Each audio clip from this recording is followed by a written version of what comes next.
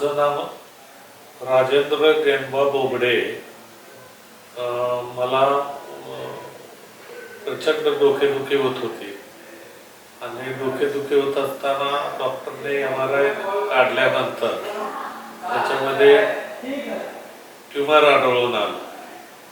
Tumour आढळून आल्यानंतर त्यांनी त्याच्यावर चांगल्या प्रकारे मेडिकवर हॉस्पिटल येथे ट्रीटमेंट घ्यायला सांगितली.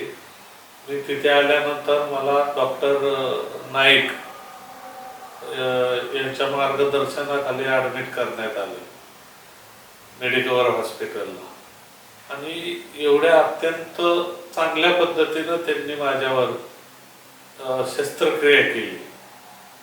कुठलाही मला त्रास किंचितचा सुद्धा जाणवला नाही आणि छान प्रकारे डॉक्टर नाईक यांनी माझ्यावर शस्त्रक्रिया केली आणि मी खरंच त्यांचे आभारी आहे की असे डॉक्टर आपल्या महाराष्ट्रात आणि नवी मुंबईत उपलब्ध असणं हे माझ्यासारख्या इथून पुढं भविष्यात काही उद्भवणाऱ्या लोकांना, अशा ट्यूमरच्या रोगावर मरीज लोकांना, हे एक देवासमान व्यक्ती म्हणून मी त्यांच्याबद्दल माझी कृतज्ञता व्यक्त करतो.